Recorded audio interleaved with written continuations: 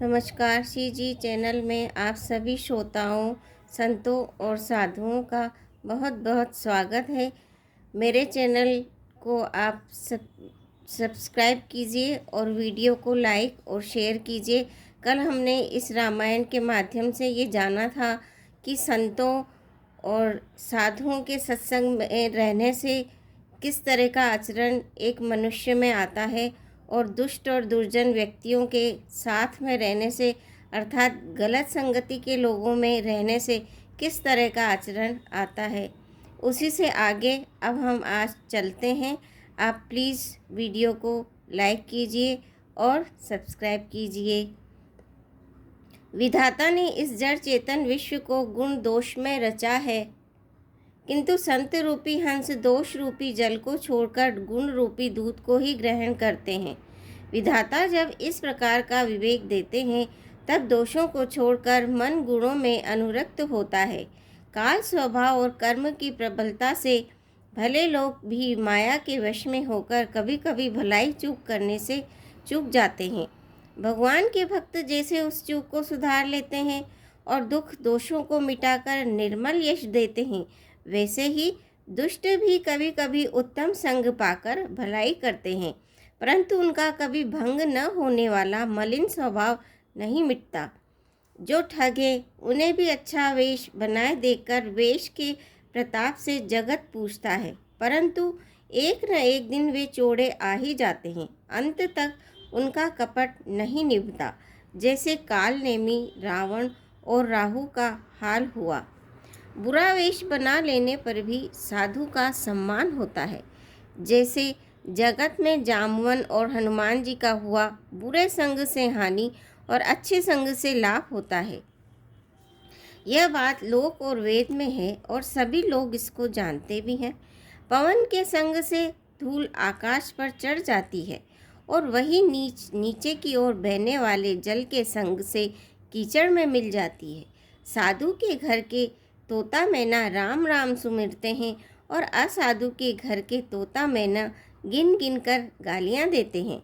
कुसंग के कारण धुआं कालिख कहलाता है। वही धुआं सुंदर स्याही होकर पुराण लिखने में काम में आता है और वही धुआं जल अग्नि और पवन के संग से बादल होकर जगत को जीवन देने वाला बन जाता है। ग्रह, औषधि, जल, वायु और वस्त्र, ये सब भी कुसंग और कुसंग सुसंग पाकर संसार में बुरे और भले पदार्थ हो जाते हैं। चतुर एवं विचारशील पुरुष ही इस बात को जान पाते हैं। महीने के दोनों पखवाड़ों में उजियाला और अंधेरा समान ही रहता है, परंतु विधाता ने इनके नाम में भेद कर दिया है। एक का नाम शुक्ल, दूसरे का नाम कृष्ण रख दिया। एक को चंद्रमा का बढ़ाने वाला और दूसरे को उसका घटाने वाला समझकर जगत ने एक को सुयश और दूसरे को अपयश दे दिया। जगत में जितने जड़ और चेतन जीव है, सबको राम मैं जानकर मैं उन सबके चरण कमलों की सदा जोड़कर हाथ जोड़कर वंदना करती हूँ। देवता, दैत्य, मनुष्य, नाग, पक्षी, प्रेत, पितर, गंधर्व, किन्नर और निशाचर सबको मैं प्रणाम करती हूँ। अब सब मुझ पर कृपा कीजिए। 84 लाख योनियों में 4 प्रकार के स्वदेज, अंडज, उद्भिज, जरायुज जीव जल, पृथ्वी और आकाश में रहते हैं। उन सब से भरे हुए इस सारे जगत को श्री सीताराम मैं जानकर मैं दोनों हाथ जोड़कर प्रणाम करती हूँ। मुझको अपना दास जानकर आप कृपा की खान आप सब लोग मिलकर छल छोड़कर कृपा कीजिए। मुझे अपने बुद्धि बल का भरोसा नहीं है, इसीलिए मैं सबसे विनती करती हूँ।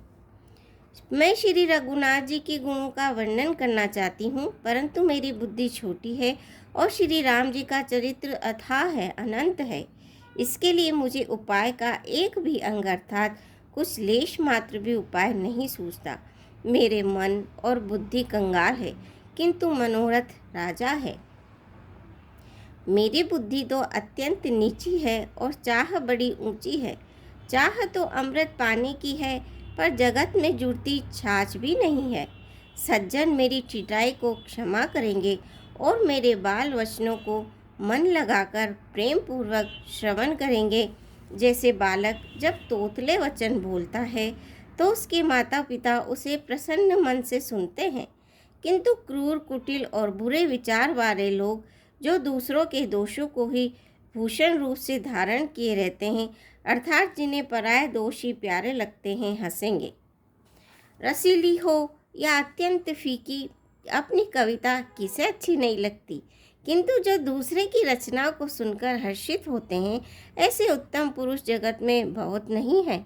हे भाई, जगत में तालाबों और नदियों के समान मनुष्य ही अधिक है, जो जल पाकर अपनी ही बाढ़ से बढ़ते हैं।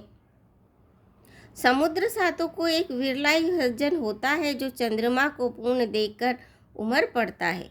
मेरा भाग्य छोटा है और इच्छा बहुत बड़ी है, परंतु मुझे एक विश्वास है कि इसे सुनकर सज्जन सभी सुख पाएंगे और दुष्ट हंसी उड़ाएंगे, किंतु दुष्टों के हंसने से मेरा हित ही होगा।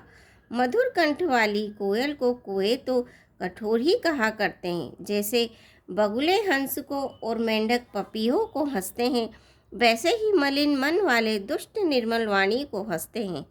जो न तो कविता के रसिक है और न जिनका श्री रामचंद्र जी के चरणों में प्रेम है, उनके लिए भी यह कविता सुखद हास्य रस का काम देगी।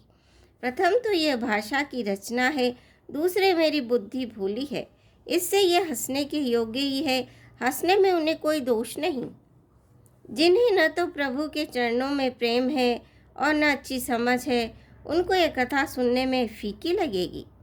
जिनका श्री हरि और श्री हर भगवान के चरणों में प्रीति है और जिनकी बुद्धि कुतर्क करने वाली नहीं है, जो श्री हरि हर में भेद की उच्च या ऊंच नीच की कल्पना नहीं करते, उन्हीं श्री रघुनाथ जी की ये कथा मीठी लगेगी और वो मन और अपने ध्यान लगाकर श्रवण करेंगे। सज्जन गण इस कथा को अपने जी में श्री रामचंद्र जी की भक्ति से भूषित जानकर सुंदर वाणी से सराहना करते हुए सुनेंगे। मैं न तो कवि हूँ, न वाक्य रचना में ही कुशल हूँ। मैं तो सब कलाओं तथा सब विधाताओं से रहित हूँ, विद्याओं से रहित हूँ।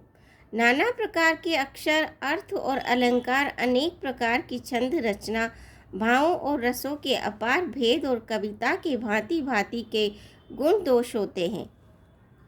इनमें से काव्य संबंधी एक भी बात का ज्ञान मुझ में नहीं है। यह मेरे कोरे कागज पर लिखकर सत्य सत्य कहती हूँ।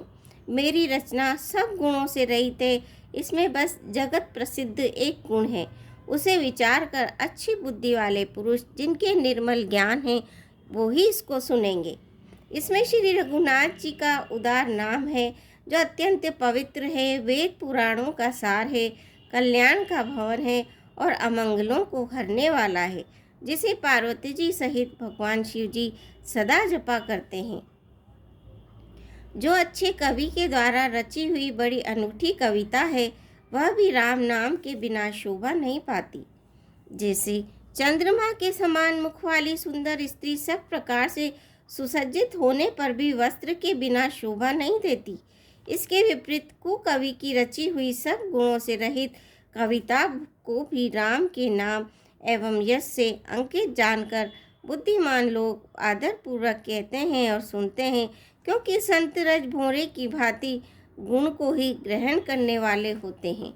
यद्यपि मेरी इस रचना में कविता का एक भी रस नहीं है, तथापि इसमें श्री राम जी का प्रताप प्रकट है। मेरे मन में यही एक भरोसा है, भले संग से भला किसके बड़प्पन नहीं आया। धुआं भी अगर के संग से सुगंधित होकर अपने स्वाभाविक कड़वेपन को छोड़ देता है। मेरी कविता अवश्य भद्दी है, परंतु इसमें जगत का कल्याण करने वाली राम कथा रूपी उत्तम वस्तु का वर्णन किया गया है। इससे यह भी अच्छी ही समझी जाएगी। तुलसीदास जी कहते हैं कि श्री रघुनाथ जी की कथा कल्याण करने वाली और कलयुग के पापों को हरने वाली है। मेरी इस भद्दी कविता रूपी नदी की चाल पवित्र जल वाली नदी गंगा जी की चाल की भांति टेढ़ी है। प्रभु श्री रघुनाथ जी के सुंदर यश के संग से ये कविता सुंदर तथा सज्जनों के मन को भाने वाली हो जाएगी। शमशान की अपवित्र राग भी श्री महादेव जी के अंग के संग से सुहावनी लगती है और स्मरण करते ही पवित्र करने वाली होती है। श्री रामचंद्र जी के यश के संग से मेरी कविता सभी को अत्यंत प्रिय लगेगी, जैसे मलय पर्वत के संग से काष्ठ मात्र चंदन बनकर वंदनीय हो जाता है। फिर क्या कोई काठ का विचार करता है? शाम गू काली होने पर भी उसका दूध उज्जवल और बहुत गुणकारी होता है, यही समझकर सब लोग उसे पीते हैं। इसी तरह गंवारू भाषा में होने पर भी श्री सीताराम जी के यश को बुद्धिमान लोग बड़े चाव से गाते हैं और सुनते हैं।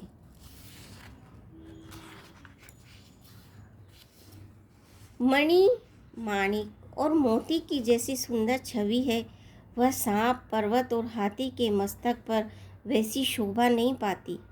राजा के मुकुट और नवयुवती स्त्री के शरीर को पाकर ही ये सब अधिक शोभा को प्राप्त होते हैं। इसी तरह बुद्धिमान लोग कहते हैं कि सुकवि की कविता भी उत्पन्न और कहीं कहीं होती है और शोभा अन्यत्र कहीं पाती है। अर्थात कवि की वाणी से उत्पन्न हुई कविता वहाँ शोभा पाती है जहाँ उसका विचार प्रचार तथा उसमें कथित आदर्श का ग्रहण और अनुसरण होता है। कवि के स्मरण करते ही उसकी भक्ति के कारण सरस्वती जी ब्रह्मलोक को छोड़कर दौड़ी आती है। सरस्वती जी की दौड़ी आने की यह थकावट रामचरित रूपी सरोवर में उन्हें नहलाए बिना दूसरे करोड़ों उपायों से भी दूर नहीं होती। कवि और पंडित अपने हृदय में ऐसा विचार कर कलयुग के पापों को हरने वाले श्री हरि के यश का ही गुणगान करते हैं। संसारी मनुष्यों का गुणगान करने से सरस्वती जी सिर धुनकर पछताने लगती है कि मैं क्यों इसके बुलाने पर आई। बुद्धिमान लोग हृदय को समुद्र, बुद्धि को सीप और सरस्वती को स्वाति नक्षत्र के समान कहते हैं। इसमें यदि श्रेष्ठ विचार रूपी जल बरसता है तो मुक्तामणि के समान सुंदर कविताएं होती है। उन कविता रूपी मुक्त मणियों को युक्ति से बेच कर फिर रामचरित्र रूपी सुंदर तागे में पिरोकर सज्जन लोग अपने निर्मल हृदय में धारण करते हैं, जिससे अत्यंत अनुराग रूपी शोभा होती है। वे आत्यंतिक प्रेम को प्राप्त होते हैं जो कराल कलयुग में जन्मे हैं, जिनकी करनी कुएं के समान है और वेश हंस का सा है, जो वेद मार्ग को छोड़कर कुमार्ग पर चलते हैं, जो कपट की मूर्ति और कलयुग के पापों के भाड़े हैं, जो श्री रामचंद्र जी के भक्त कहलाकर लोगों को ठगते हैं, जो धन क्रोध और काम के गुलाम है और जो धींगा धींगी करने वाले धर्म की झूठी ध्वजा फहराने वाले दंभी और कपट के धंधों का बोझ ढोने वाले हैं। संसार के ऐसे लोगों में सबसे पहली मेरी गिनती है। यदि मैं अपने सब अवगुणों को कहने लगूँ तो कथा बहुत बढ़ जाएगी और मैं पार नहीं पाऊँगा, इसलिए मैंने बहुत कम अवगुणों का वर्णन किया है। बुद्धिमान लोग थोड़े में ही समझ लेंगे। मेरी अनेक प्रकार की विनती को समझकर कोई भी इस कथा को सुनकर दोष नहीं देगा। इतने पर भी जो शंका करेंगे वे तो मुझसे भी अधिक मूर्ख और बुद्धि के खंगाल है। मैं न तो कवि हूँ न चतुर हूँ, अपनी बुद्धि के अनुसार श्री रामचंद्र जी के गुण गाता हूँ। कहाँ तो श्री रघुनाथ जी के अपार चरित्र, कहाँ संसार में आसक्त मेरी बुद्धि। जिस हवा से सुमेरु जैसे पहाड़ उड़ पड़ते हैं, कहिए तो उसके समान रूई किस गिनती में है। श्री रामचंद्र जी की असीम प्रभुता को समझकर कथा रचने में मेरा मन बहुत हिचकता है। सरस्वती जी, शेष जी, शिव जी, ब्रह्मा जी, शास्त्र, वेद और पुराण ये सब नेति नेति कहकर पार नहीं पाकर ऐसा नहीं कहते हुए सदा जिनका गुणगान किया करते हैं। यद्यपि प्रभु श्री रामचंद्र जी की प्रभुता को सब ऐसे ही जानते हैं, तथापि कहे बिना कोई नहीं रहा। इसमें वेद ने ऐसा कारण बताया है कि भजन का प्रभाव बहुत तरह से कहा गया है, अर्थात भगवान की महिमा का पूरा वर्णन तो कोई नहीं कर सकता, परंतु जिससे जितना बन पड़े उतना भगवान का गुणगान करना चाहिए। क्योंकि भगवान के गुणगान रूपी भजन का प्रभाव बहुत ही अनोखा है। उसका नाना प्रकार से शास्त्रों में वर्णन है। थोड़ा सा भी भगवान का भजन मनुष्य को सहज ही भवसागर से तार देता है। जो परमेश्वर एक है, जिनके कोई इच्छा नहीं है, जिसका कोई रूप नहीं, नाम नहीं, जो अजन्मा है, सच्चिदानंद है और परम धाम है, और जो सब में व्यापक है, विश्व रूप है, उन्हीं भगवान ने दिव्य शरीर धारण करके नाना प्रकार की लीला की है। वह लीला केवल भक्तों के हित के लिए ही है, क्योंकि भगवान परम कृपालु है और शरणागत के बड़े प्रेमी हैं, जिनकी भक्तों पर बड़ी ममता और कृपा है, जिन्होंने एक बार जिस पर कृपा कर दी उस पर फिर कभी क्रोध नहीं किया। वे प्रभु श्री रघुनाथ जी गई हुई वस्तु को फिर प्राप्त करने वाले गरीब नवाज, सरल स्वभाव, दीन बंधु, सर्वशक्तिमान और सबके स्वामी हैं। यही समझकर बुद्धिमान लोग उन श्री हरि का यश वर्णन करके अपनी वाणी को पवित्र और उत्तम फल देने वाली बताते हैं। उसी बल से महिमा का यथार्थ वर्णन नहीं, परंतु महान फल देने वाला भजन समझकर भगवत कृपा के बल पर ही मैं श्री रामचंद्र जी के चरणों में सिर नवाकर श्री रघुनाथ जी के गुणों की कथा कहूँगी। इसी विचार से वाल्मीकि जी, व्यास जी आदि मुनियों ने पहले हरि की कीर्ति गाई है। भाई, उसी मार्ग पर चलना मेरे लिए सुगम होगा। धन्यवाद। आज के लिए बस इतना ही। कल फिर मिलेंगे। राधे राधे। जय श्री कृष्णा।